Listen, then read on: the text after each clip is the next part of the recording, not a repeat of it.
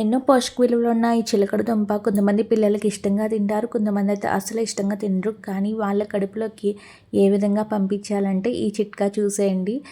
ఇది first skin అంతా తీసేసి దీన్ని చిన్న చిన్న ముక్కలుగా కట్ చేసేసుకొని ఇప్పుడు దీన్ని స్టీమ్ చేయాలండి. ఆవిరి మీద ఉడకబెట్టుకోవాలి. వాటర్లో వేసి ఉడకబెడితే దాంట్లో ఉన్న పోషక విలువలన్నీ పోతాయి కాబట్టి ఇలా ఆవిరి మీద ఉడకబెట్టేసి ఇది కొంచెం మెత్తగా అయిన తర్వాత ఫోర్క్తో గుచ్చి చూడండి ఇలా మెత్తగా అవ్వక దీన్ని స్మాష్ చేసేసి ఇదంతా ఇప్పుడు ఒక బౌల్లోకి తీసేసుకొని దీంట్లోకి మనము తగినంత సాల్ట్, పసుపు, కారం వేసి కొంచెం కసూరి మేతి వేసి బాగా మిక్స్ చేస్తున్నాను. నెక్స్ట్ ఇందులో గోధుమ పిండి వేస్తున్నానండి. ఇందులో అన్హెల్తీగా ఉన్నవి ఏమి వేయట్లా, అన్నీ హెల్తీవే వేస్తున్నాను.